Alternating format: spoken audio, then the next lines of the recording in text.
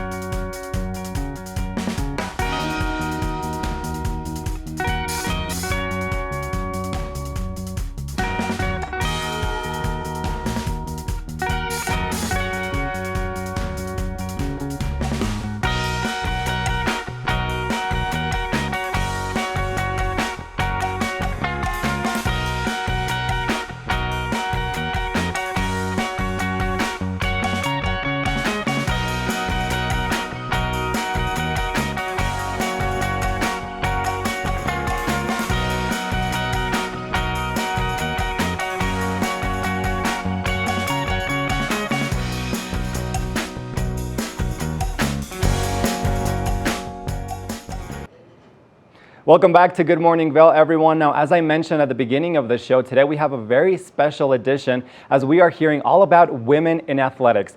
Local women, local talent who have traveled all over the world doing incredible things. Now, we are so lucky to be able to hear it all here on Good Morning Vail. So let's kick things off and take a look about everything these women have accomplished.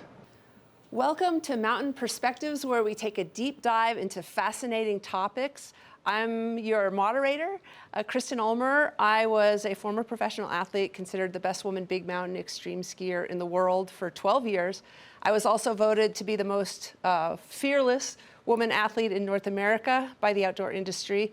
Currently, I'm a thought leader on fear and anxiety and author, and I also am a mindset sports coach. So we have a fascinating group of really cool women here with me today, and we're all just so impressed with each other. We're going to take a quick break. We're going to come back in just a little bit, meet these wonderful women, and discuss what their experience has been as professional athletes, and give you some fascinating takeaways for your own life. So see you back in a bit. Good morning, Vail.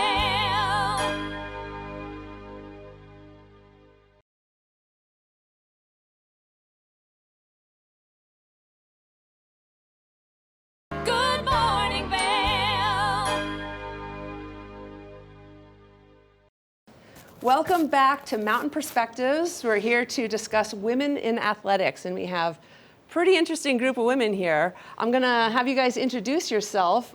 So we have Alice here, and we have Megan here, and then also Bailey. So why don't we start with you, Alice? Why don't you tell us a bit about yourself and what your background is? Thank you. Thank you for having me this morning.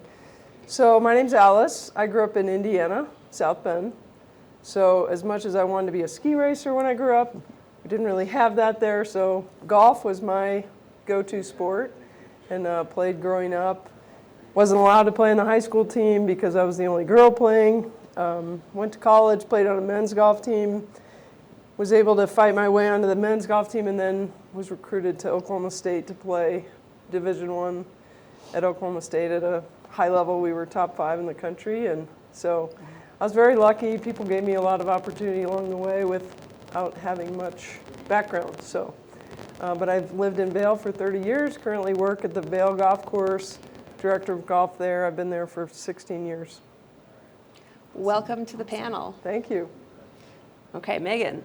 Hi, my name is Megan Buchanan, and I'm a jack of all trades. I don't know. What I am known for recently is I've completed the 7 summits, which is the highest peak on every continent, and I am soon to become the 5th woman to complete the Explorers Grand Slam, which is the 7 summits and then last degree ski to the North and South Pole. It wasn't really something that I knew I was going to do when I was younger. I actually was diagnosed with dyslexia very, very young. It was a great challenge. I felt a lot of shame and embarrassment and really knocked my self-esteem, and the outdoors was my therapy. And so I would go hiking with my father, and it was something I was just naturally so good at and I loved, and that is what helped build my self-confidence. And so growing up older, I took on the challenge to become an aerospace engineer. That was a challenge on its own, and all through that time, again, climbing mountains.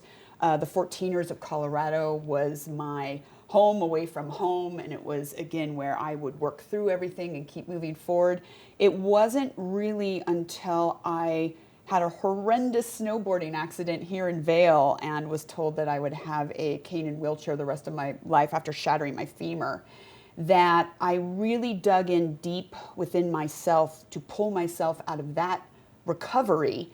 And I wanted to go climb Kilimanjaro again, which I had done. And it was a piece of cake for me because I was so mentally strong. And then that is what set me on this journey to do the 7 summits in the North and South Pole. And so I am a Vail Valley resident, was full-time. Now I'm kind of back and forth a couple places, but this is where I always find my base camp and my roots and come back to. All of this, and you're an aerospace engineer. During the daytime, yes. That's my day job, pays bills.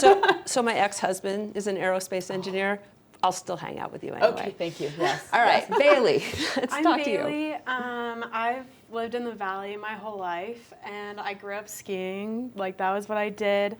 I became an alpine ski racer. I went to the Ski and Snowboard Academy, and kind of like that was my life. That's what I wanted to do. Like, I didn't even people would ask me what I wanted to be when I grew up, and I was like, professional athlete. And so I did that, and I made the U.S. ski team, and it was great. And then COVID hit, and I kind of was like, my heart kind of wasn't in it anymore. I started biking a lot, loved the endurance aspect, and kind of fell in love with it. And so it was a big, hard decision, but it was hard because I had let a lot of people down, but also I was wanting to follow my heart. And so I changed, and the past few years, I've just been training so hard. And this past year, I got on a national team, and so I'm just working my way up and trying to get to that national level and hopefully do some World Cups, and yeah, so.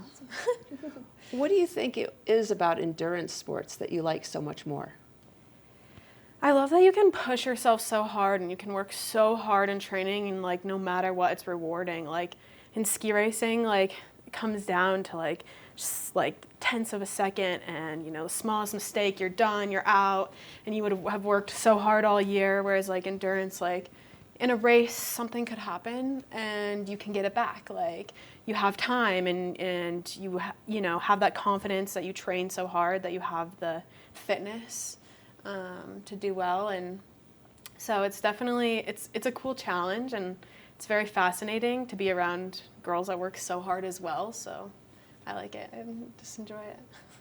What I find interesting about endurance sports is they, like with Tough Mudder and Spartan, they've become so much more popular, and I think it's because people don't have enough challenge in their lives, and they want to go through that suffering that we don't really have to feel in America. Like we don't really suffer that much here, and it's like we have to self-impose it upon ourselves. And I have a great quote: "It doesn't have to be fun to be fun." Like it's not fun what you're doing, but you're having fun. Yeah, there's some hard days, but it's like addicting. Like every time. Yeah, I mean, most of my races this year haven't gone great, but it's like that one that goes good, or, that one training session where you just feel so fast and kind of back to yourself. Like it's rewarding and it's addicting. And I think it's not always fun. Like it hurts and it can be very, very hard, but it's like, that's the fun part, I think. Enjoying that. It's hard to understand sometimes, but. Right. And these sports are addiction, but then you have to wonder, like, is it the sport that's addicting, or is it the place that the sport takes us that's addicting? And for me, it was always the place that I went to in my life experience, like in my mind, in my body, that was addicting, not the skiing itself. Does that feel I feel like that familiar? too. Like it's like I love being on my bike. Like recently I've really learned to kind of take a step back and look around and not always look at my handlebars and look at my power and my, you know, my hours and everything. Like I've just learned to look around, and I love it, and it's beautiful, and I love to see where my bike takes me, and the places that we race are insane. So yeah, I would agree with that. I mean, it's definitely been a journey and been, I don't know, it's awesome. It is. Yeah. All right, Alice Plain, and actually we can all answer this question. What does it take to be an elite athlete? Why don't you start? You know, there are quite a few things that I think it takes to be a professional athlete and a successful one. You know, first you need the passion. And it's so fun to sit here next to Bailey, and she's at the beginning of her professional path and professional career, and you really have to believe in yourself and not listen to the chatter out there of people saying, oh, well, really, are you going to really do this another year? You know, you have to believe in yourself, and if it's your dream, your vision, you don't want anyone to get in your way, and you have to sacrifice things, but you definitely, if you feel it in yourself, you really want to pursue that and not let anything get in your way, really, and that's very important. Did it come naturally for you to believe in yourself, or did you have to choose to believe in yourself? So, you know, that's a great question. I played a lot of sports. I was really just a jock growing up. So I played soccer, you know, golf. I played with all the boys, and, you know, and I was good. I could beat the boys, which always made me feel good. And so I did have confidence, but I did play professionally for a bit, and, you know, for me, was challenging dealing with the highs and the lows. So I've worked so hard. I get into an event. I remember playing at the Colorado Open. I was a professional then, play there. It's my home state, new home state, and I really struggled. And it was hard to feel defeated. So dealing with those highs and lows, I think, is very challenging, and trying to know that they could come, and knowing how to manage those highs and lows. And it's important to accept those failures and learn from those and know that you're going to have those, because that just makes you so much better. So I think there's a lot to it to be a successful professional athlete. And I don't know Bailey very well, but I know she's going to be successful, and it's fun. It's going to be fun to watch you in your future. Yeah. Similar question. When you were experiencing the lows, did it come naturally for you to accept them, or did you have to work on that? Not. No, it was really hard. It was really hard. What was your process to get to the place of acceptance? You know, for me, I didn't have really much of a team around me. I had some friends, a little bit of family, but it was really just kind of self-reflecting. I actually got on my bike. I love being on my bike, so that kind of was a good release for me. Like, trying to figure out that playing golf and my score didn't reflect me as a person. But when you're in it, it's just so hard. So for me, it was a little bit of time and getting back to the grind, getting on my bike, doing some other things that weren't specifically related to, you know, competing in golf. But that was by far the hardest thing for me to go through. 3 years I was playing professional golf, and dealing with those highs and lows are the hardest. I'm a very positive person, so when things didn't go my way, it was like I was kind of down in the dumps. It's not just in athletics, too. I was just talking to my Right. niece yesterday. She's a high-level soccer player, not even unrelated to the soccer. She's just lost right now and miserable. And I'm like, your job right now is to be lost and miserable. She's like, oh, thank you. Right. It's like we just have to work through some stuff on our bike sometimes and just Right. feel lost and miserable and like a complete failure. Right, right. Or a fraud, or And then I'll come back. yeah, and then you know, you come back. All And right. you come back better and Yeah. stronger if you can get through those times. And Yeah. it's part of it. It's part part of being a professional athlete. It's that journey. So it's that journey, and you're talking about how you're starting to pick up on this journey you're about to go on. And to be a professional athlete, I think you need to be aware of the mental journey of you are going to. It is not about just your body and performance. You keep going with that consistency because you mentally learn how to pull yourself back. And for me, I've summed it up into grit, which is, to me, it's gratitude, growth, resilience, integrity, and tenacity. And that's how you get through it. That gratitude to be able, no matter where you're in, those highs or the lows, to be able to pick up and focus on what you're grateful for at that moment. And that helps build your positivity back up. The growth is being willing to rebuild again, be willing to be vulnerable, be willing to take on new skills. Like when I wanted to up my game from, hiking Kilimanjaro it's a long hike. It's not technical. And then when I really wanted to put on my big girl pants and become a technical climber, I had to learn how to ice climb. I had to learn all my rope skills, everything. And I was brand new at it and I sucked.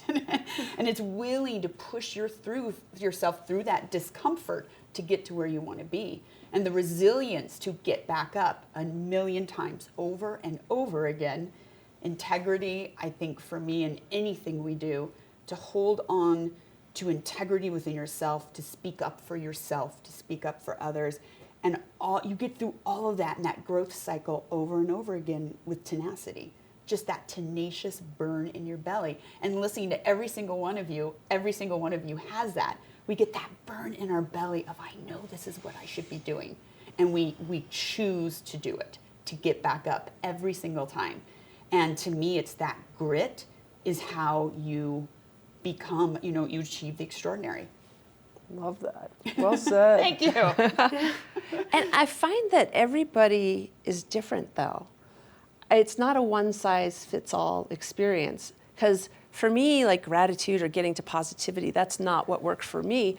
Like I remember one time, it was a competition where I better win or else I was going to lose my status as the best in the world. And it was the best of two runs. And after the first run, I wasn't winning. I played it too safe. I didn't take enough risks. And I had 2 hours to think about it. And I was disgusted of myself. I had imposter syndrome. I was afraid. I thought maybe I wasn't as good as I thought I was. But all of these, fear, anger, disgust, all of that were emotions that motivated me, and drop by drop, instead of trying to get to positivity, like I've got this, I didn't do any of that. It's like my anger made me right or wrong, and my fear, I was more afraid of not winning this competition than of jumping off a 70-foot cliff onto hardpack in the 90s on skinny skis. So that's what I went and did, and it's like drop by drop by drop, my negativity turned me into a mighty river. And I did the run, and I was in a flow state and took 7th overall for the men, and 1 for the women. So it's like everybody, I feel, has a different, like, grit, tenacity is yours. But for me, just being in the mess that is my life at that time as motivation for me to perform. And so one thing that I'm noticing here is because, Bailey, you're 20 years old.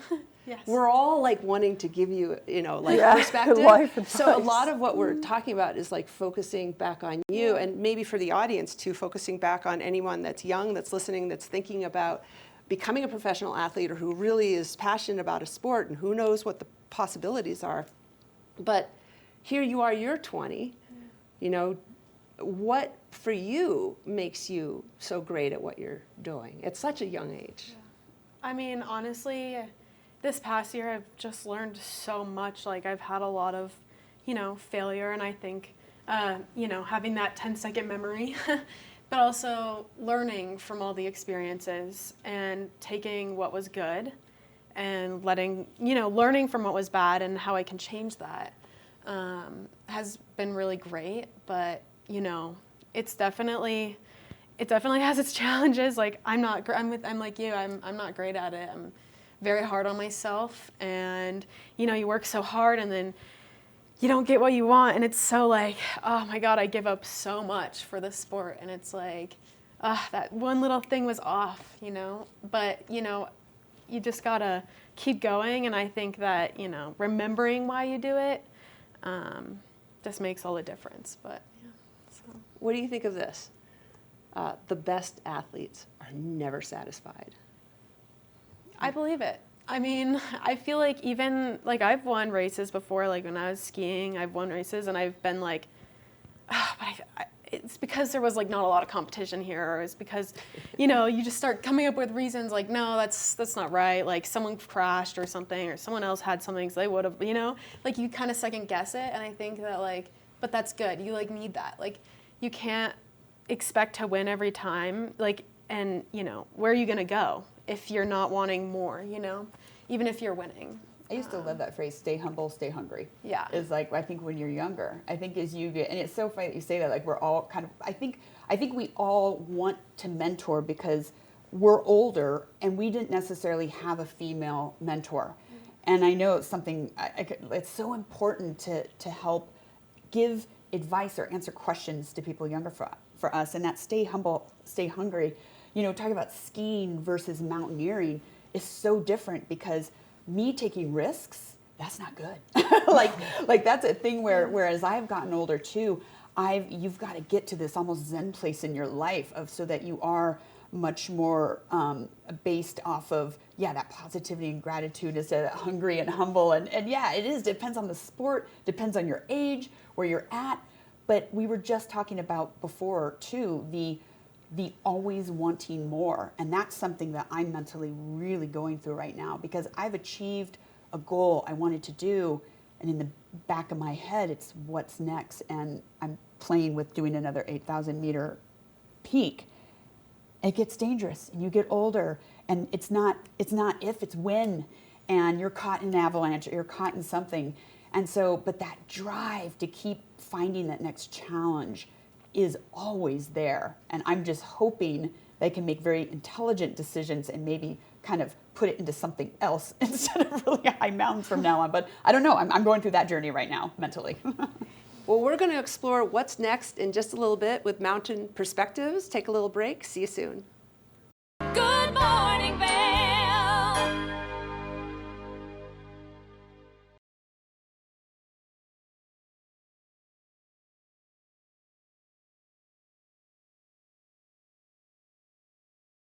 Good morning, Vail. Welcome back to Mountain Perspectives. I'm your moderator, Kristen Ulmer. We're talking to women in athletics. Next question. What is your worst experience in sports? Alice, why don't we start with you?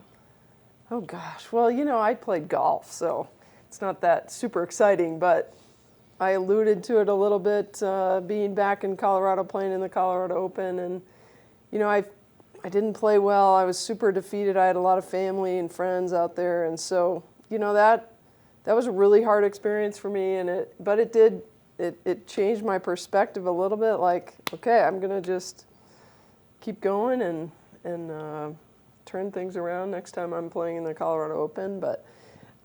Nothing dangerous. I don't play a super dangerous sport unless I get hit by a golf ball.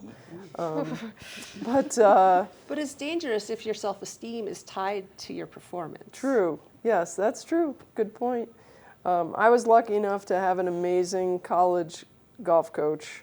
I still am in touch with her today. She's 82 years old. And she didn't really know golf that well, actually, the golf swing, and certainly that's changed. That was back in the late 80s. With technology, we've changed how we understand the golf swing. But she was really good at working on our mental game. And we were a very good team. We finished third in nationals in 1988. Should have won a couple national championships, but we were all good, talented golfers. But she really taught us how to deal with our mental side of the game, and golf certainly is a huge mental game, and she was ahead of her time, and she's actually getting recognized with some nice accolades now. She was so far ahead of her time. I mean, there weren't any other coaches doing what she was doing at that time at Oklahoma State. So, you know, she really started me on a good path, and then I didn't turn professional until 8 years after I graduated. So she was still, you know, with me and giving me support, and I also worked with quite a few sports psychologists, which was also not as popular today. Any PGA golfer, LPGA player, they have a sports psychologist on their team. And, your mind is so powerful. So certainly with golf, it's a game changer. I mean, it's something that if you're not in the right mental state, mind, when you're playing, you're not going to have a successful round of golf. So, What was her predominant message that was so ahead of its time?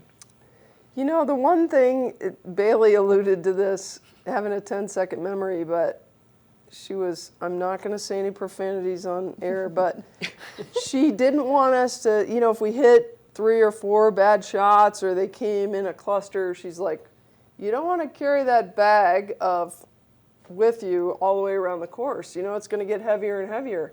You've got to let that stuff go. If you hit a bad shot, don't carry it with you. You've got to just keep on going and looking forward and being in the present. I mean, present tense, not looking, oh, gosh, if I play well, maybe I'll shoot par today. She was like, no, it's the one shot that you're taking. It's the one hole you're playing. Nothing else is coming into play. Stay in the present. So, a couple things about that. First of all, we say that sports are 90% mental, but I want to say that the other 10% is mental too. It's all mental. Right? Yeah, but really, actually, when you dig deeper, it's 0% mental. It's when you leave the mind behind and you tap into some other part of us, our bodies, our, for me, emotions, like a flow state is the present, or it is mindless. There's a lot of talk about mindfulness, but I actually am a big fan of mindlessness because that's really, for me, what worked the best.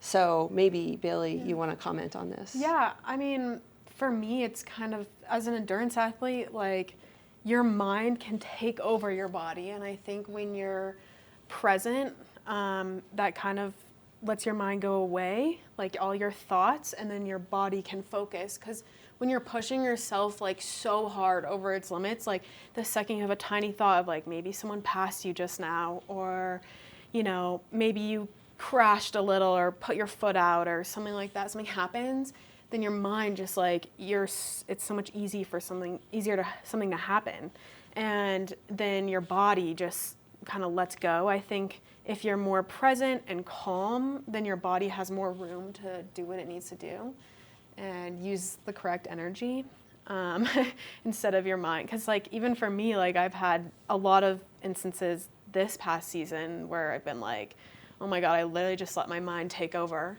And I know I'm fit and I should have kept going and all these things, but I'm like learning that like I let my head kind of just take over my body.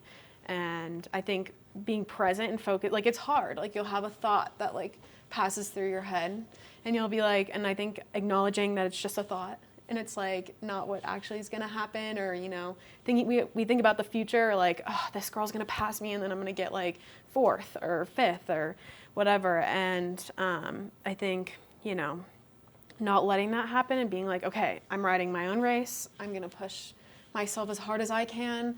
I'm not going to worry about the people watching on the sideline. I'm not going to worry about the person who's in front of me that's having a good race or the person that's behind me or anything like that. I think it's a challenge, but I think it's like really important. And it's hard to learn, especially. Oh yeah. And it's like, don't think of the purple elephant. Yeah. Don't think of the person in front of me. Yeah. Don't think of the person on my butt, right? And we have 50 thoughts per minute. Yeah. And in a 60-minute race, or your races are a lot longer than that. I mean, how many thoughts is that? And how many of them can we ultimately really even control? Exactly. And if we're spending our time on the bike trying to control our thoughts, then where are we too? Exactly. So it is challenging. Mm-hmm. And I know that there's definitely a lot of emphasis on control. Yeah. But what if we just let our mind do its thing? And I don't know, when you're climbing a mountain, what is your mind doing? I mean, it's totally different. I was just thinking as you're talking, like, I'm not racing someone else. Yeah. I'm racing weather. I'm racing heat, cold. I'm racing, I'm not racing an individual usually. And for me, I need my mind working. and being present, but I need to be calculating. I need to be really thinking about things. And it's such an endurance sport, and the training that goes into it is, again, you're just hours on the mountain just hiking. All you have is your thoughts. Listen to a lot of podcasts, listen to a lot of music. But that's part of it where, and you're talking about like how the negative voices, that did drive me when I'm younger. We all still have those negative voices. But I had to learn as part of doing this sport how to not have those negative voices or shut those out, let those go, and only allow the positive ones in, because I do have so much time to be thinking. And so, yeah, it is really interesting. And like, so the hardest, I don't have a hardest time. You have instances where you'll have an injury, or you might have the worst nightmarish blisters that are just horrible, but you got to patch it up and you got to keep going because no one's coming to get you. But you keep moving, you keep going, you work through pain. The hardest time I've ever had was a mental breakdown. And it was when I was on Everest in 2021. And that was my first attempt on Everest. And I didn't realize how those conditions were going to eat my body. And during a rotation where you go up from like base camp to rotate to the higher camps to acclimatize, my body would drop so much weight. It was just eating itself, and I could not keep enough calories in. And I am always up at the head of the pack with all the men hiking. I've always been so proud of that. I have never turned away from a hike. And I had gotten down from a rotation, and I went to go to do a day hike, and my energy was down to like 25%, and I had to turn back. And I went to my tent, I was just bawling, and those negative voices all came in. And it's like, what are you even doing on this mountain? You are not good enough. Why are you here? What were you thinking? And all that came in. And I was just like, I just had this moment with myself where the other voice came back, and I was like, girl, you are a dyslexic that became an aerospace engineer. You are literally climbing Mount Everest right now. If you are not good enough for yourself right now, I don't know how to help you. Like, you need to pick your crap up. And so that driving voice, that it did come in. It's like, pick yourself up and go do this. Eat more food, whatever you need to do. But I've had enough. If you are not good enough for yourself right now, I am done with you. And my tears turned to laughter in my tent by myself. And literally that breakdown was my breakthrough. And that was the day in 2021, as me as a 40-something-year-old woman, I was finally good enough for myself. And that has stayed with me. And so that those negative voices do drive you, but I come right back in with it like, nope, not today, Satan. We're moving forward. That's awesome. Wow. Yeah. Okay, so two things. First of all, my brain just connected the dots of dyslexia and aerospace engineer. That's amazing. Amazing. I'd like to climb Everest any day over that. Usually, like, Because aerospace engineer, if it's 0.0001 off, it explodes on launch, right? Yeah. Like, and if you, okay, so then the second thing is, I one time tried to climb and ski Cho Oyu, and I got up to about 23,000 feet, and I'm like, oh, hell no. Yeah. Like, I'm not going any further. I don't have what that takes. I have what it takes to risk my life skiing something that lasts, 5 minutes.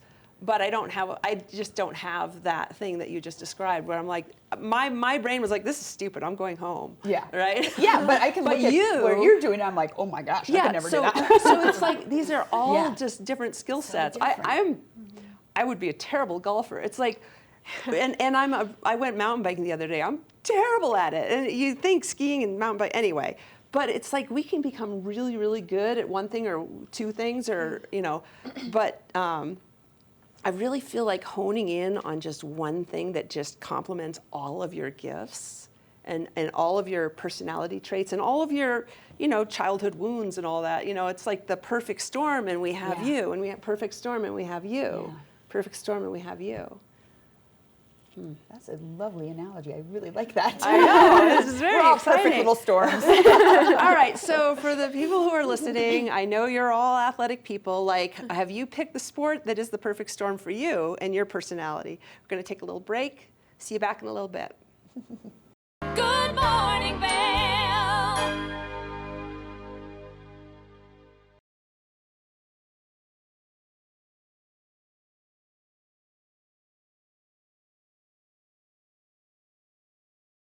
Good morning, Vail.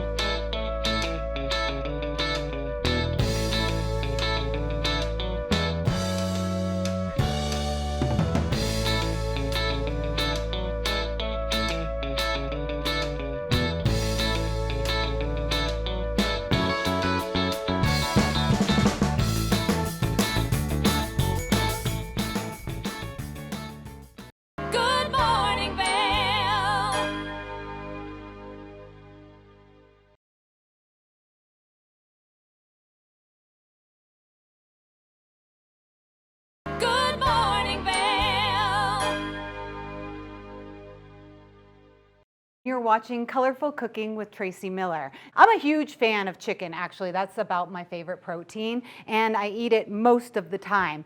So what we're gonna do is super season it, like lots of salt and pepper over every little part of your chicken breast. We're gonna put a little bit of olive oil in the pan, coat it. I have my oven at 350 degrees, and I'm going to turn this up a little tiny bit because I turned it down, you know, because of that whole summertime heat thing. And what happens when you have your hot pan, you put 2 cold chicken breasts in it, the pan automatically gets a little bit cooler. So crank it up a little bit when you're about to put your chicken in. We're going to put that raw chicken breast right in there.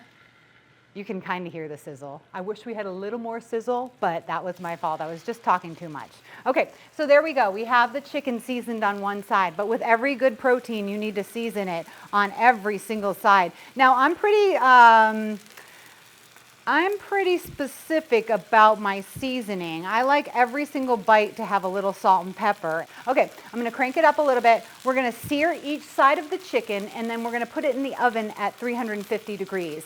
This is a method that you can do on the grill as well. So if you're grilling and you have your grill really hot, fiery hot, you put your chicken on, you sear it up, you flip your chicken over, and you sear it up again. Then you can either put it in a cast iron pan or a baking sheet and finish it in the oven. This is a trick a lot of chefs use when they're mass producing. Like if I'm cooking filet mignon for 20 people, I will sear it up and then I'll let it cool, and then I'll pop it in the oven right before it's time to eat for about 15 minutes, and it gets to a perfect medium rare temperature. So this is a nice method. Okay, so you want to get a nice sear, a nice color on both sides of your chicken breast. And then we're going to let that sear up for a few more minutes. I'm going to pop it in the oven, and then what we're going to do is we're going to get our Colorado sweet corn out. I just actually cleaned all this corn up. Look at all that stuff hanging off of there. You want to cook it pretty quickly, and then you want to cool it down for this salad. So what I'm going to do is pop this chicken in the oven at 350 degrees, and we're going to finish baking it that way. So it's kind of off the stove. It's going to cook to perfection, and then we're going to have a nice chicken breast, lean and delicious, that we can enjoy. So I'm going to put this in the oven. We're going to take a quick break. When we return, corn salad is on its way.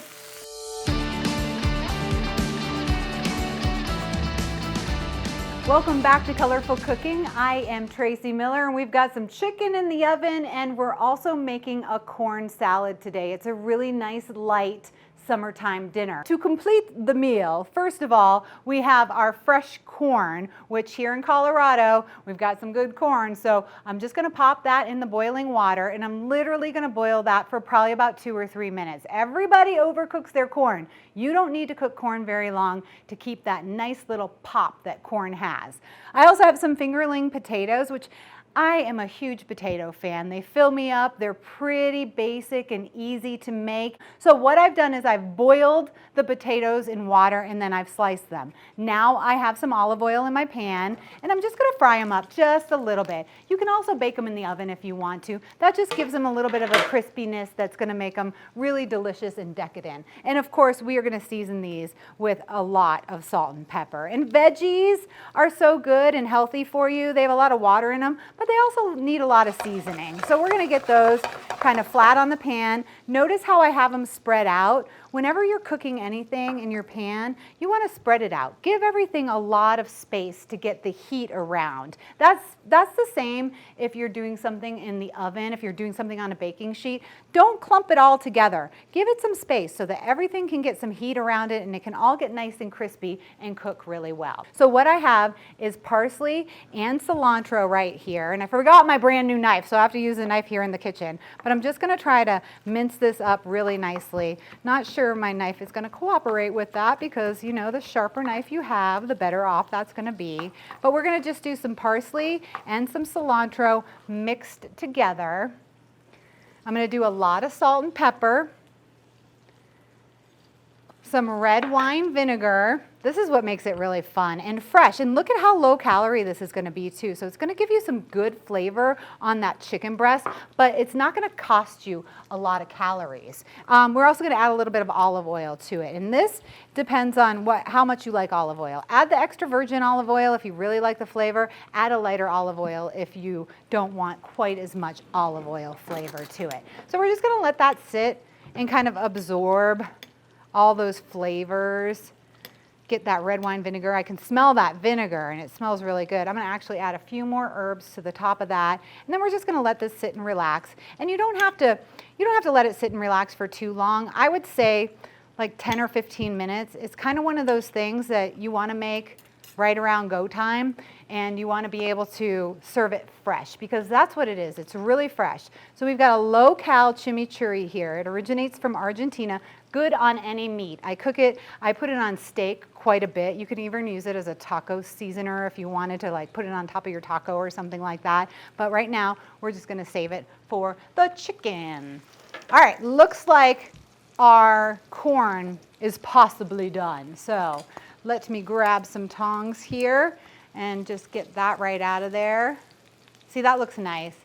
And it's still kind of firm. It's not mushy at all. So what's gonna happen now is we are going to just let that cool down for a second, and then I'm gonna cut all the corn off to make the corn salad. I think one of the reasons why I was like doing this corn salad is because both my daughters had braces and neither one of them could eat corn, and I was like, had to cut the corn off all the time, and I'm like, hey, wait, I remember this. This is kind of a nice way to eat corn. Doesn't get stuck in your teeth. Chimichurri is a stuck in your teeth kind of dish too, so if you're eating it with a friend, that's the way to go because that cilantro might stick around. You have to ask, hey friend, do I have anything in my teeth? Can't be on a date or anything like that, you know, a new date. All right, so we're gonna crank the potatoes up. We just wanna get a little crisp on them. We have the chicken cooking in the oven. I've seared it on both sides. I've popped it in the oven at 350. It's probably gonna take about 20, 25 minutes to reach 165. We're gonna pull that out. We're gonna let it rest for a minute and then we're gonna slice it up. We are gonna put it on top of the potatoes and then we are going to make the corn salad. I'm going to pop the corn under some cold water while we take a quick break. When we return, it is a Mexican corn salad that I really think you're gonna like a lot. So stick around.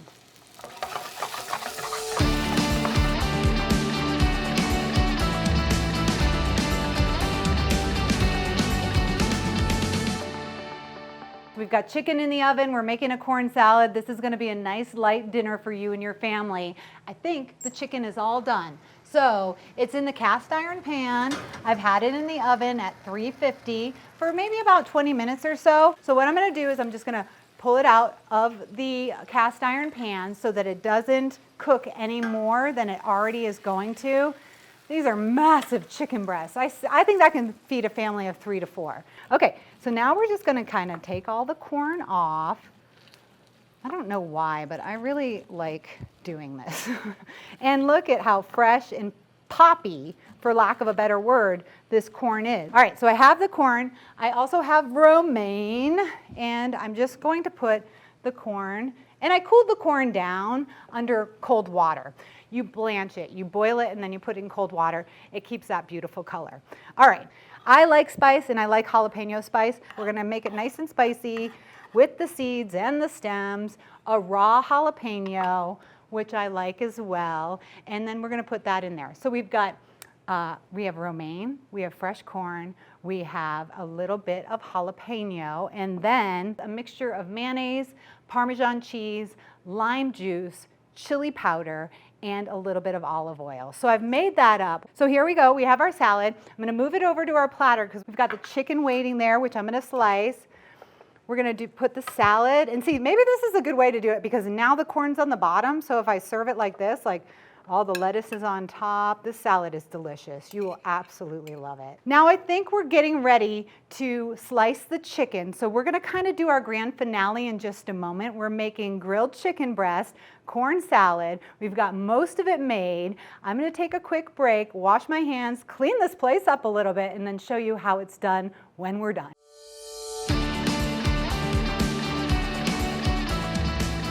Welcome back. I got to get Maddie Evans in the kitchen. Maddie, how you doing? I'm so good. I'm so excited to try this right now, though. Okay, good. I have a piece of chicken there for you. I hear you're a big fan of chicken, so I- give it a bite. All right, I let's see. cooked it in the oven, and it has to have a little bit of moisture, which it was pretty juicy when I was cooking it. So there you go. Tell me, does it have some moisture in it? Is it pretty good? Did you get a little bit of the corn salad in there too? Oh my yeah, she gosh. likes it. That chicken is amazing. It's good. That's how you cook it. You sear it up, you finish it in the oven. You can do that with any meat that you have. We will have all the recipes online. We've got fingerling potatoes. Have a little more. How's it going? You're my back gosh. on TV. I'm back. It's amazing, but you can't talk to me now because I'm going to stuff my face. Okay, so we've got the corn salad. This is a perfect summer dish. It's healthy, it's high in protein, it's low in calories, and it's gonna taste good if you'd like to make it for your family or even for a party. Like you could do this on a platter for a party. I'm Tracy Miller, that's Maddie Evans. This is Colorful Cooking. Thanks for watching.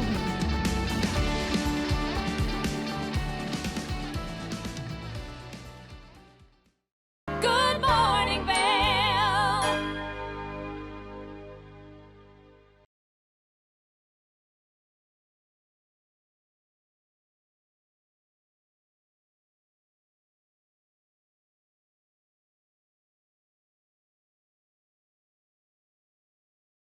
Welcome back, everyone, and welcome to your second hour of Good Morning Vail. I'm your in-host studio, Julio Garcia, and we have such a beautiful morning here in the Vail Valley today. And we have been hearing during the first hour about women in athletics who have traveled the world doing incredible things. And here on the second hour of Good Morning Vail, we are continuing to hear all about it. So stay tuned, because your second hour of Good Morning Vail starts right now. Get up, get ready to start your day. The mountains are calling you out to play. Come on, we'll make you feel right at home. Good morning, Vail. See what lies in store for you. There's so many things to see and do. Summer, winter, spring, or fall. Your home in the Rockies has it all. So get up, get ready to start your day. The coffee's brewing, you're on your way. The fun is waiting outside your door. Good morning, Vail.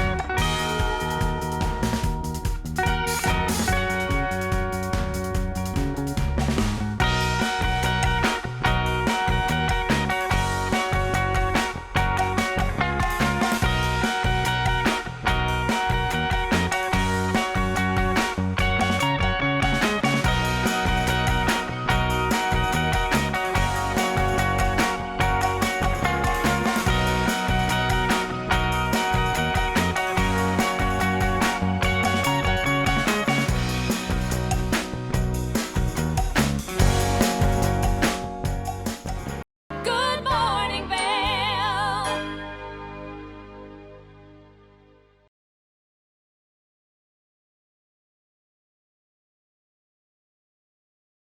Good morning, Vail. Welcome back to Good Morning Vail, everyone. Now, that has been such an incredible first hour of the show. Now, on the second hour of the show, we are continuing with this special of women in athletics. We are continuing to hear all about what these women have accomplished in sports, traveling the world, and doing amazing things. So let's continue to listen about everything these amazing women have done. Let's go take a look. Welcome back to Mountain Perspectives. I'm your moderator, Kristen Ulmer. We're with this cast of characters, these amazing women, and we're going to now talk about public image, like how responsible are we for being good role models for other girls or just people in general. Bailey, do you want to start with this? Yeah, I'd say it's really hard with like social media. Like I'm learning a lot, especially as I'm kind of getting kind of up in the ranks a little bit more. It's become like super important, and like eyes are on you, you know. I'm on this team that like our director, she really is encouraging that we are good mentors for the sport, and which is awesome. I love it. It's great, and it's so cool. It's cool to have the opportunity. But so you got social media, and it's definitely challenging. Something you have to get used to. Something you have to also you want to portray all these cool things, but sometimes you have to be like, all right, I can't show this. So it's hard to always show your best self, and I think I'm learning to show not only my best self, but that the other sides as well, which has been definitely interesting. And I think it's pretty good. I've learned a lot about it, and it's hard, but you learn. It's definitely hard. Right, and you're living in a different era. And actually, Yeah. Megan, you are also in this era because you're currently being a professional athlete, whereas I'm more retired, you're more retired at this point, taking on different roles. You're head of Vail Golf Club, Yes. am I saying that right? Yes. And I'm a mindset sports coach, and so we don't have to deal with sponsors anymore, but you guys are dealing with sponsors, and so right now the game is social media Yeah. and having that presence. And what was so great in our era, we could just be selfish. We could just be Yeah. just ourselves and focus on our goals versus having to be externally focused on your public persona. So that's an element of pressure and expectation, especially because I assume you have sponsors. Oh, yeah. Yeah. Yeah. And that's the price of admission for Yeah. sponsors now versus just being awesome. Yeah. Yeah. I think kind of what I've kind of taken away is showing that you can't always be perfect. It's okay to have bad races. It's okay to it's okay to eat some treats here and there. Not always be perfect and in ways like that, and show it. I think sponsors like to see that you can overcome things and you can show your vulnerability to other people, which is kind of where I want to take my social media and everything. I want everyone to, feel comfortable and feel like they can relate, because there are it's a very small percentage that I'm perfect all the time, or looking good on my bike all the time, or all these things. So I think making sure to be just real is really important. But I mean, with sponsors and everything, it's also kind of part of the deal now.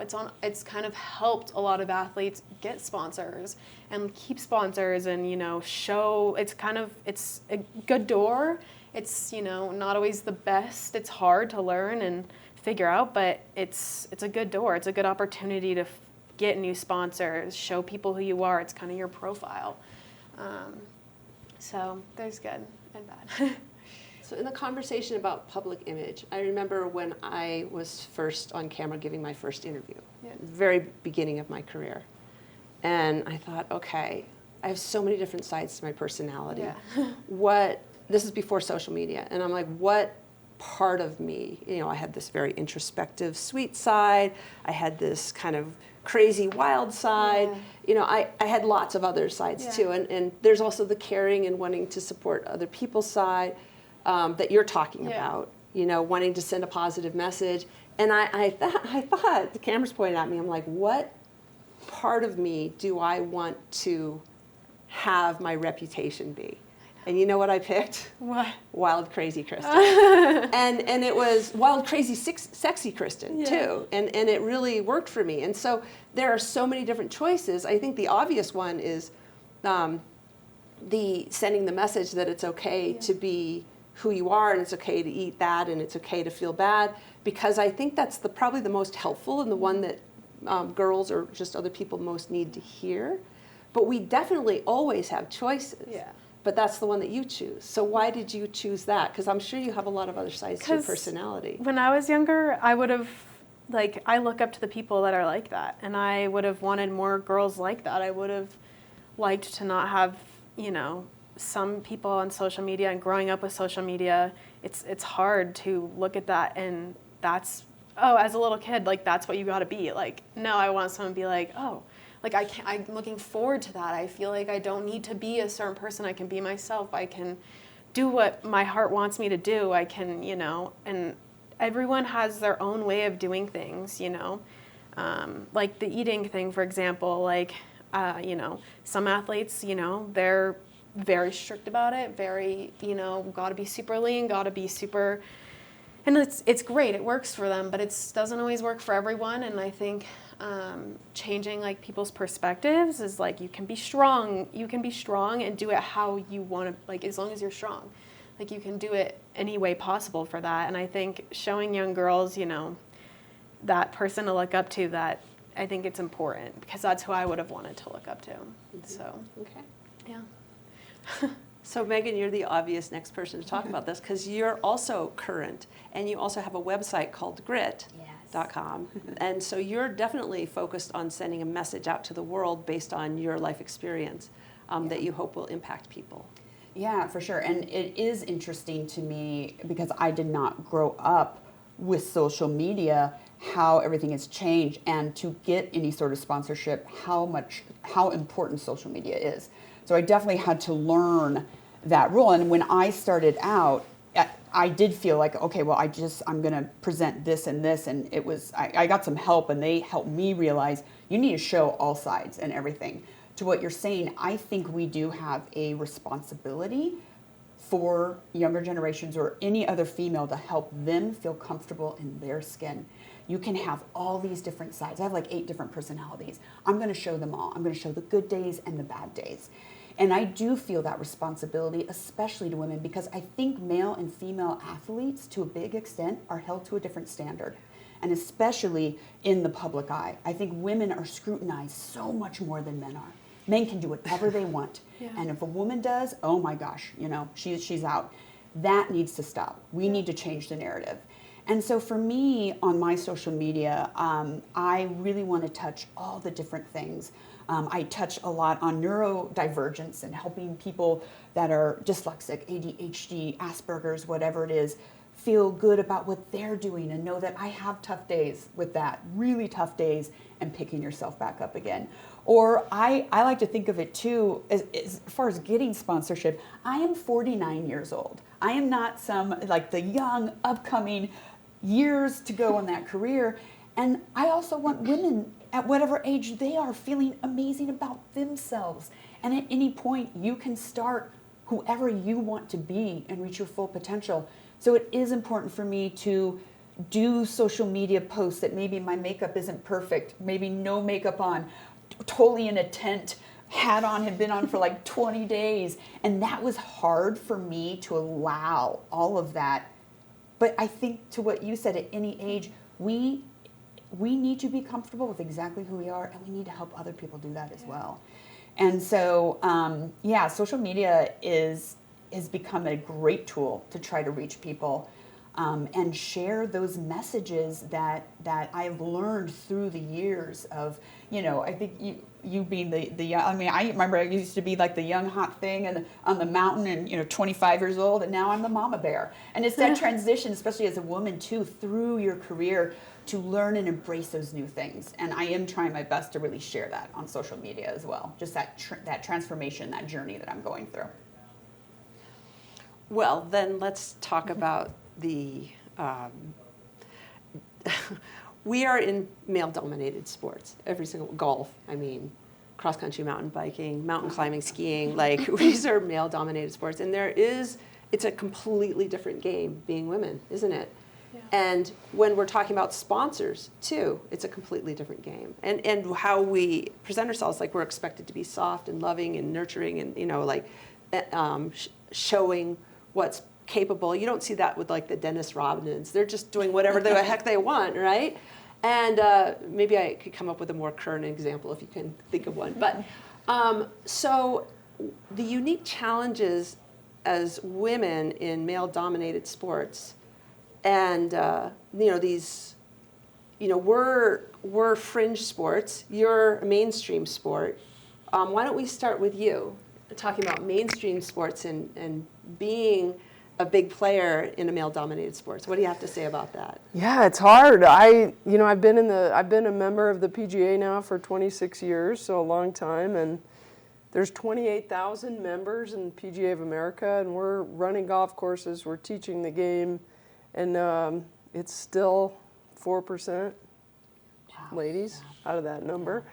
So, and it was like that when I entered the PGA and started going through the process to become a PGA professional. And, it's, I want to support younger women that are trying to do what I'm doing now. I'm running the golf operation. It's very rare for women to be in my position, but I want to help young girls because it's not easy. You have to be very determined, have, be okay with, all the extraneous things coming at you. So, I will say, I grew up playing with the boys on the golf course. I played on a college men's team with the guys, and they were all super supportive of me. It wasn't, they were all my good friends. They were very supportive, and I've had amazing support from the Colorado PGA section. We're a pretty big section, and 2 years ago, my peers nominated me to be the PGA Professional of the Year for 2021, and then it's a peer review. Whoever receives the award. So. And all those were men. There's about 35 women in our section out of almost 900 members. So, it's given me a lot of drive being, as a female in this industry that's not so, popular. But, again, I've received mentorship from other men professionals, and we have a great network, and they always joke that it's a fraternity. I'm like, hey guys, hey, what about me? So, but I've had great support, and I just would love to see more women, getting into roles like myself. And the PGA is trying. They're doing a good job currently bringing some diversity into the game and trying to make golf look like our country. Right? So it's not just a white man's sport. It really isn't. And the PGA, they're making strides. And all of us running operations, we're trying to do the same and be welcoming to women that want to get into the game and want to play. Megan was just saying she's just getting into the game. So what do you think is preventing women from taking up golf? Even not becoming professional golfers, but even taking up the sport? Interestingly, COVID 2020, that was an absolute game changer for women in golf. 1 year it took. So many women were entering the game, coming back to the game, starting the game. But I think it's an intimidating sport.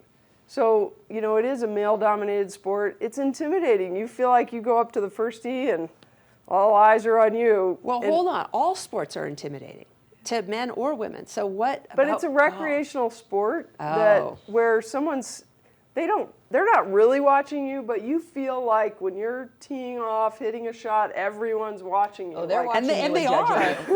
They're totally judging. They're watching, they're judging, they're commenting. I can go hike by myself. Oh yeah, Exactly. mountain bike by yourself, ski ride. Golf, everybody's watching. Right. So I think that's a big piece of that Yeah. intimidation factor. And I try and, I teach all ages and really try and be encouraging and positive and say, don't worry about all those people watching. Not only are they watching, everybody's quiet. And waiting everyone's to see quiet. what happens. Exactly, and the ball is just sitting there.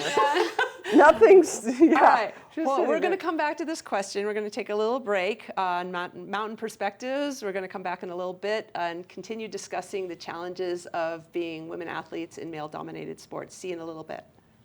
Good morning, Vail.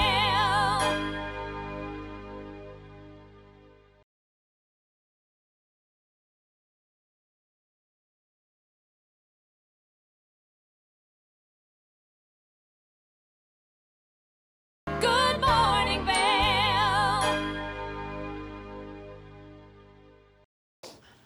Welcome back to Mountain Perspectives, where we have fascinating topics on subjects that involve mountain living.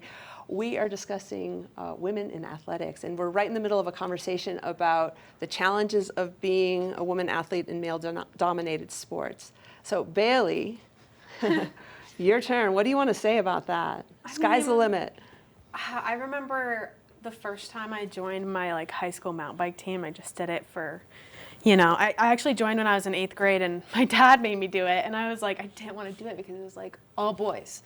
there were not really any girls, and they were all older, and I was like so scared, and I was like, no, I don't want to do it. And kind of similar to you, I kind of got in it, and they were supportive, and they pushed me, and they, you know, made me a better rider, and I did more things that I feared, and because of that, it made me better, I think.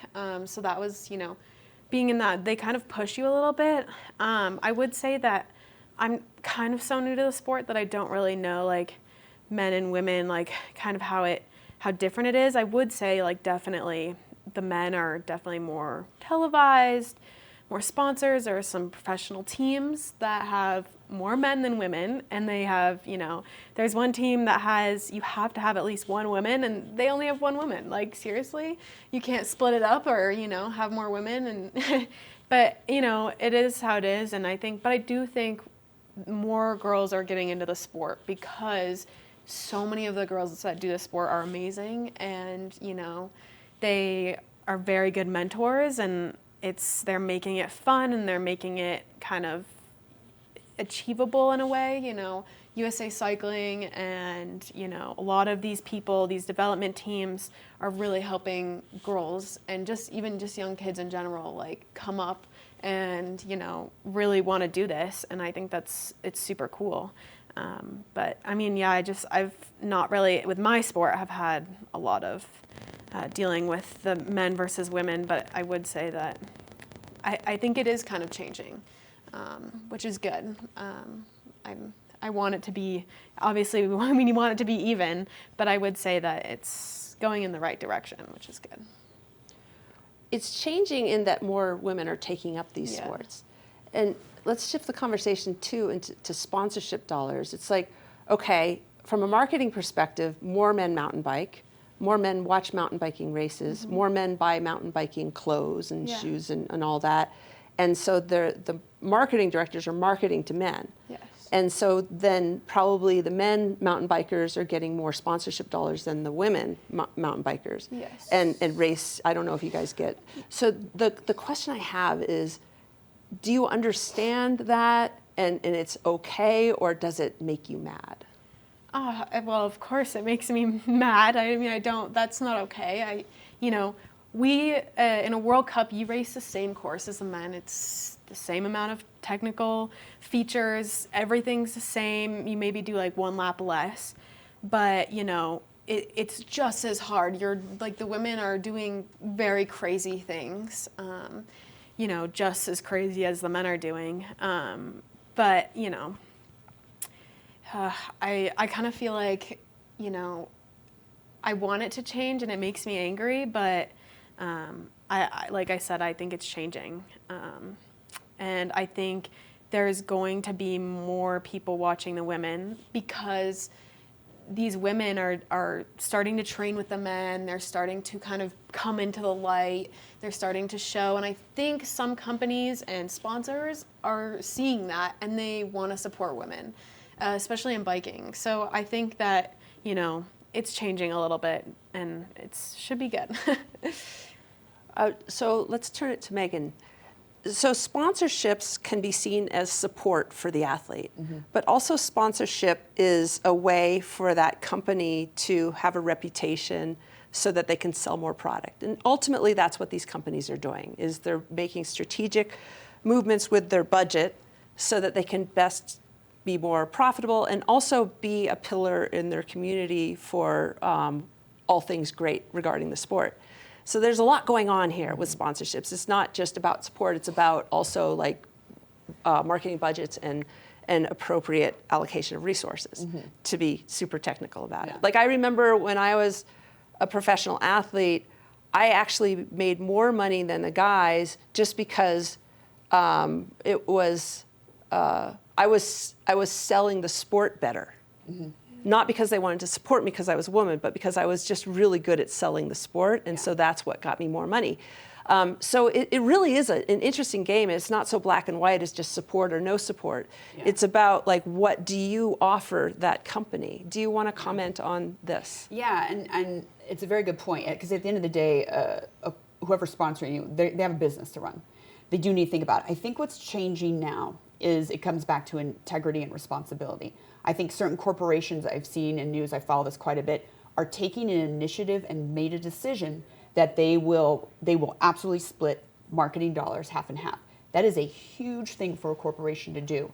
And I think the reason is there are a lot of us who have been in sports or corporations or business that we are speaking up and asking for change. And women are getting in positions of power to help make change at these companies and make these initiatives go forward.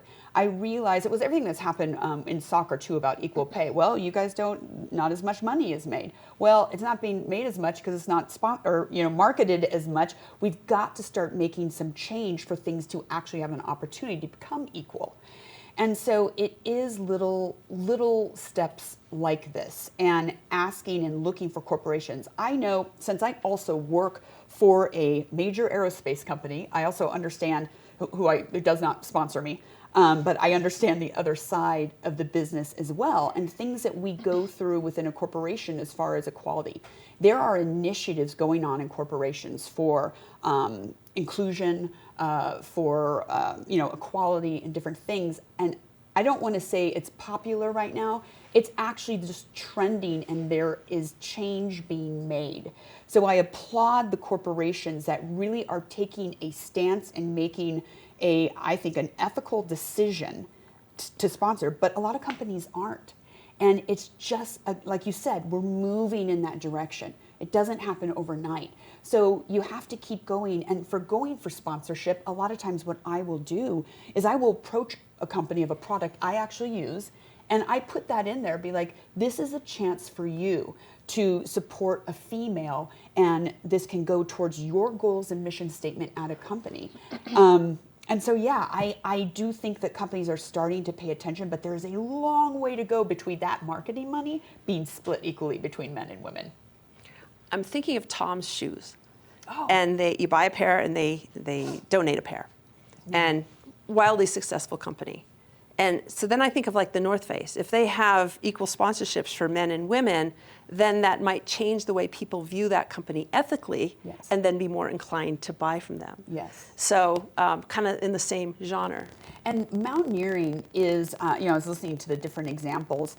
I do like to make parallels between, aerospace engineering and mountaineering, both very male dominated. I went through aerospace very young, through college. My first job, I was paired with a gentleman getting ready to retire. He literally told me to my face, I don't think women belong here. I'll make sure you're out within a month. I was like, wow. I luckily had an amazing mentor and feminist, my father, who was in aerospace. I could just call him all the time, like from the bathroom, and be like, what am I supposed to do with this? He's like, be professional. Here's how we handle it. Okay. So I had great guidance. And the next job I had was with a gentleman who, oh my gosh, he was 45, which seems so old at the time. But he was going through a divorce, and so now I was being sexually harassed. How do I deal with this one? So very young in my career, I got over how to deal with men professionally very quickly and learn my voice to be strong. So by the time I really got into mountaineering, it wasn't even an issue for me. But you show up day one on the bottom of a mountain or a new job in aerospace, they're going to make it, they size me up, there's no way she's going to be able to do this. In aerospace, even though if I do a really good job, they can still kind of say, well, she had help or whatever it is. Mountaineering, there is no denying my summit. There's no denying that I carried just as much as you, 220-pound guy. There's no denying the fact that I was faster than you. And I have, at the end of a mountain, I have had so many men who thought they had me sized up be like, I want to apologize to you. You just kicked my rear. And I'm like, well, thank you, good sir. But that's one thing I love. And the mountaineering industry is really, they're changing. There are so many feminist men and women in mountaineering, and all the logistic companies have these huge initiatives to try to attract more women. They want half females on their teams. And I'm loving what they're doing, like RMI, climbing the 7 summits, alpine ascents. They're really taking change and trying to get women into the field and to enjoy the outdoors. So it's really, I'm really happy to be a part of that community. The progress has been profound. Yeah. And it's still growing. I also want to introduce a little awkward conversation to this because I want to tell a story. When it was probably the late 90s, and I was fully sponsored, super famous, hosted my own television show, monthly columns in 4 different ski magazines around the world. Like, I was at the top of my game, and one of my sponsors invited me to Arizona because they wanted to discuss my sponsorship. And I got there, and we went out to dinner, picked me up at the airport, checked in the hotel, we went out to dinner, and he was very, this is the marketing director, and dropped me off at my hotel. He had had a couple drinks and tried to force himself into my hotel room and was just grabbing at me. I'm like, what? Like, how is this even possible that this is happening, given where I am in my life right now? And I just, at the time, like when the Me Too campaign came out, I'm like, oh, geez, I have like 50 stories, not like that, but just in my life, not necessarily professional career, but this was a sponsor of mine. And it's crazy to think about that. And I just like, oh, God, please, and slammed the door on him and almost broke his arm. But then he kept calling me, and I mean, like, it was upsetting at the time, and just reflecting back on that now, could something like that happen today without me calling the police? Probably not. But I didn't back then. This is the late 90s. And so there's also progress made there. Yeah. And I don't know if you guys have had any weird experiences with sponsors, or, I mean, it's like the proverbial casting room couch. Like, it's hard to get sponsors in these fringe sports. There's a lot of different people that are submitting proposals. And, that stuff does happen. I don't know if it still does. I assume it does. But I get more worried about the younger women who are facing things. Again, I'm at an age, and I have my strength. I have my voice. If anyone even tried anything, I would come at them like a spider monkey. Like it. But for that's what I did. Yeah. I almost broke his arm. But think about what that does to any female, not just in sports, but degrades their confidence in their skill and who they are. It is damaging. That didn't happen to me, though. So not necessarily. And actually, this is a good segue into the next question.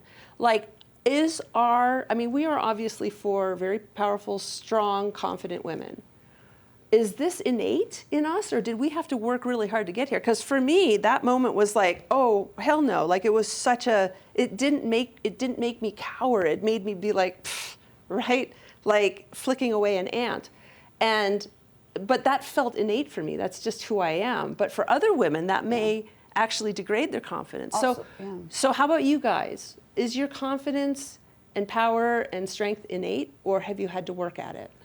Why don't we start with you, Vail? For me, I mean, I've always been like a super independent, I would say I'm pretty confident in myself. Like, I don't feel the need to be in people's presence all the time. Like, I don't feel the need to be, looked at by other people. Like, I'm not a big, like, I don't go to parties. I don't go to all that stuff because I'm content with myself. I'm happy with myself. I'm happy with my life. I'm pretty confident in that. And I'd say, I luckily haven't had many experience or no experiences like that.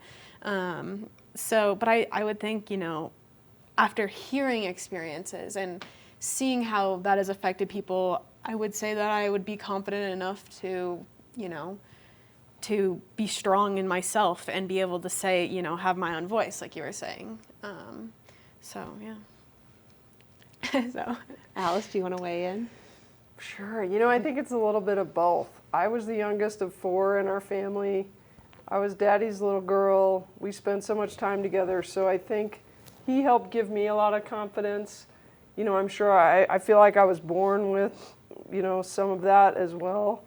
But my dad was my hero and taught me so many things and gave me so much confidence. So I think, and I never had any situations like you were speaking of. I worked with a group of guys at the Singletree golf course. It's now Sun Up.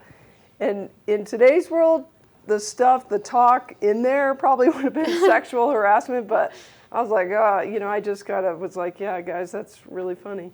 And I just kind of, I didn't feel, that they were doing anything that they shouldn't have been doing at that time, but it wouldn't fly in today's business at all.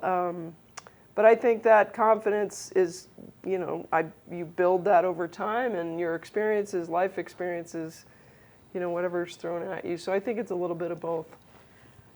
And the common thread I think about, my dad was a huge, my mom and my father, I attribute everything I am to having a really wonderful upbringing. And my dad gave me that strength to believe in myself. And I think that's, of course, any parent, just being loved, I'm so grateful for that. But really, yeah, my dad helping me understand, like, you can be an engineer if you want to. You can climb that mountain if you want to. And yeah, I think I know that mine was having that, but also really, again, having to deal with a learning disability growing up. That taught me to have that drive and keep going and never give up. And when everyone else told me I couldn't, I said I could. So I think by the time I got older, I was able to either, avoid, dodge and weave. And then actually the Me Too movement, I think, was so empowering for all women that we don't have to just ignore it anymore. We could actually say something about it and really speak up. And I think that's really important. And I think we have that strength that's built, but not every woman, and you never know until you're in a situation. You'd think you would act a certain way, but I never want to judge, and I'd like to know how I'd act, but you never know. I mean, I guess I know at this age, yeah, same thing, like, see you later. But when I was younger, and if it's your only sponsorship, and what if I lose this, and what do you do? And those just are just not situations someone should have to be in. End of story. Well, I feel like now there's a lot of education, like for me, like we've gone through Safe Sport, like every single person associated with USA Cycling has to do Safe Sport. Like it is very, very, very big, and you have to every year go back and do the training again. And so it's been very recognized, I think, at my age, and there's been a lot more education on it. So that's why I think it's kind of, less and less. And, like the instance you were saying when, things probably wouldn't have passed now. What happened then is it's different now because we have training and we have rules and people have become aware of it and spoken up about things like that. Great. So I think that's awesome, which has been good. That's good. Yeah. Really good. All right, loving this conversation. Let's take a quick break. Mountain Perspectives will come back, and I have one more really, really juicy question to ask these wonderful women. See you in a bit. Good morning, Vail.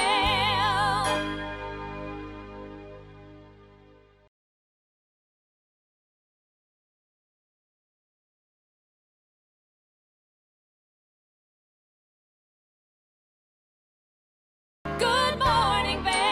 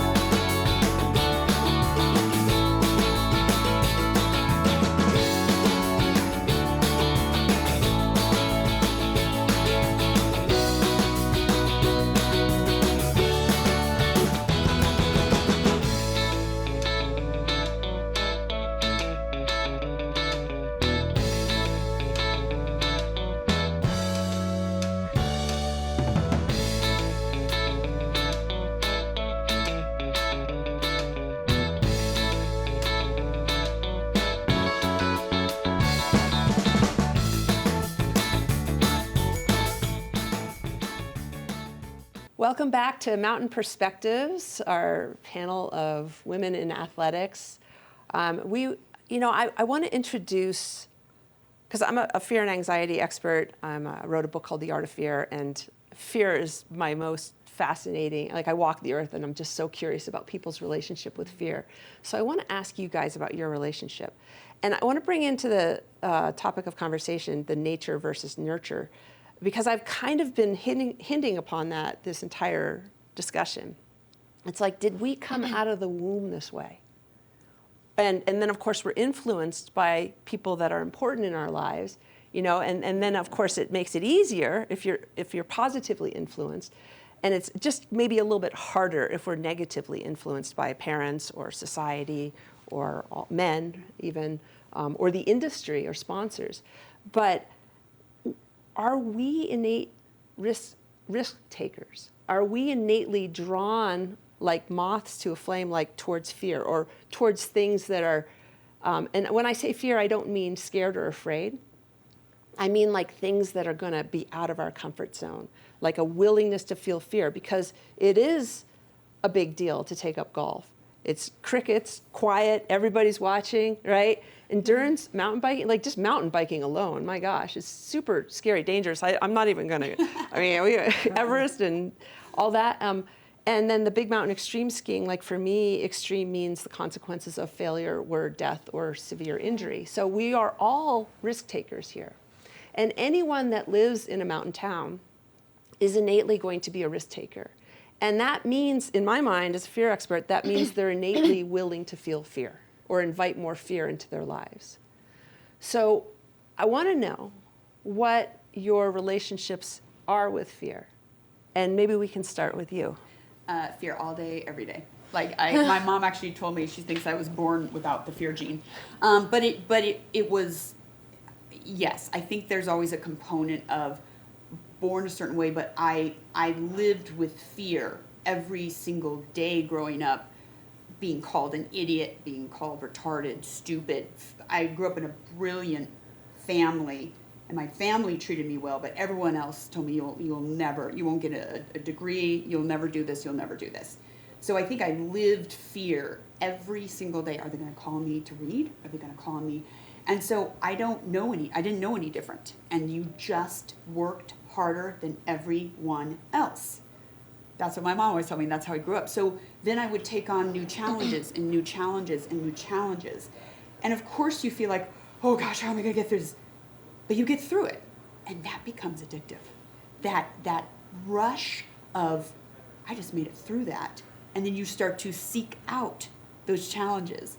And like every expedition I go into, I cannot wait to meet the woman that comes out the other end, because it's not going to be me right here.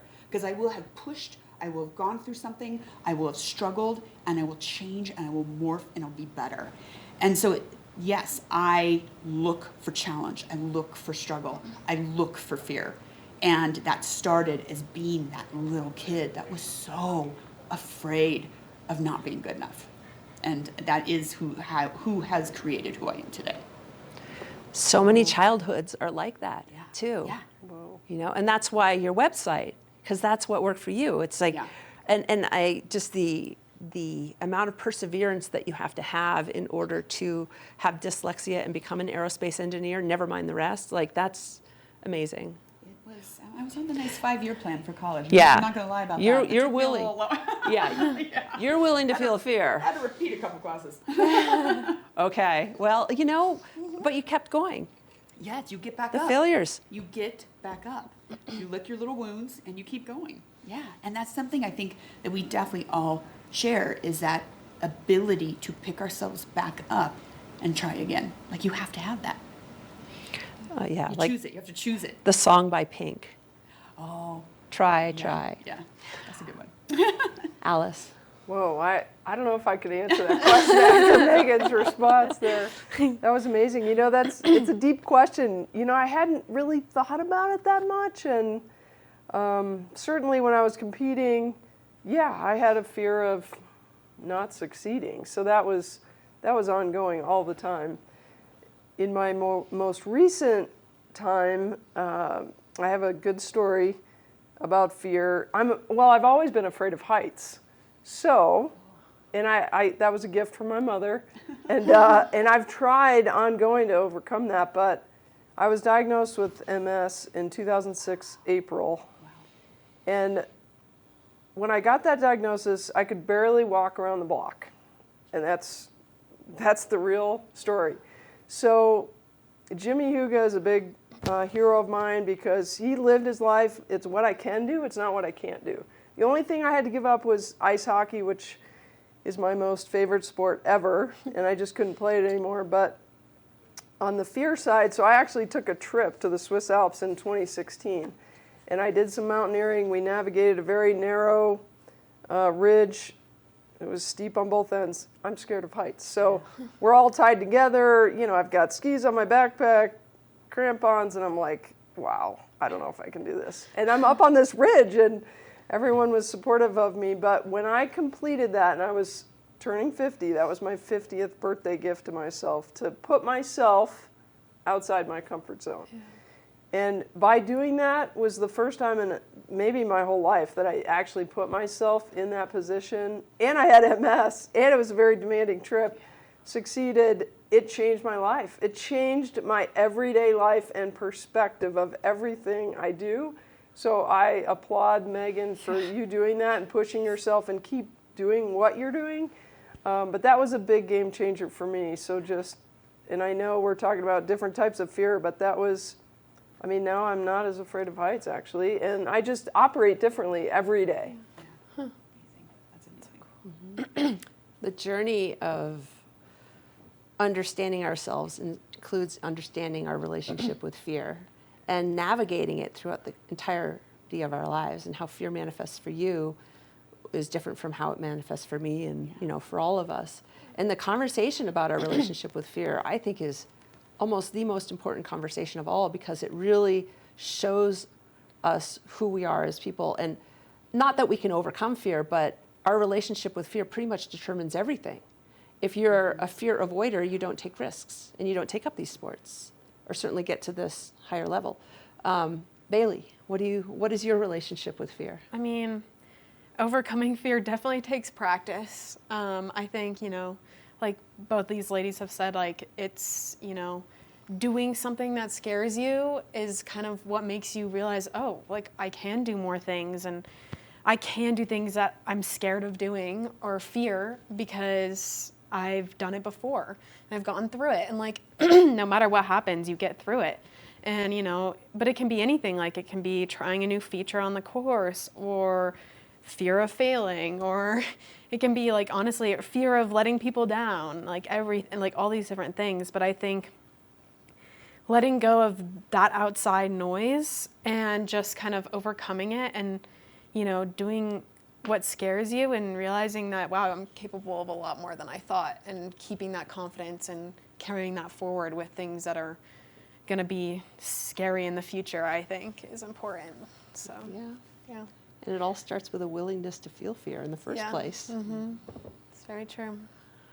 Well, it's been amazing talking to you, women. And I want to thank the audience for staying with us on this important, big, gorgeous subject. I want to thank all of you, Bailey, Alice, Megan, for joining me today.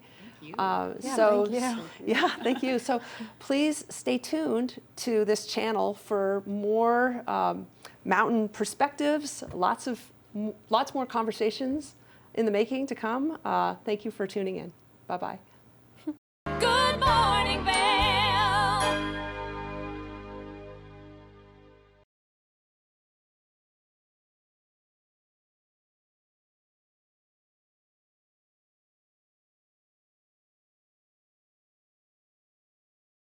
Good morning, Vail.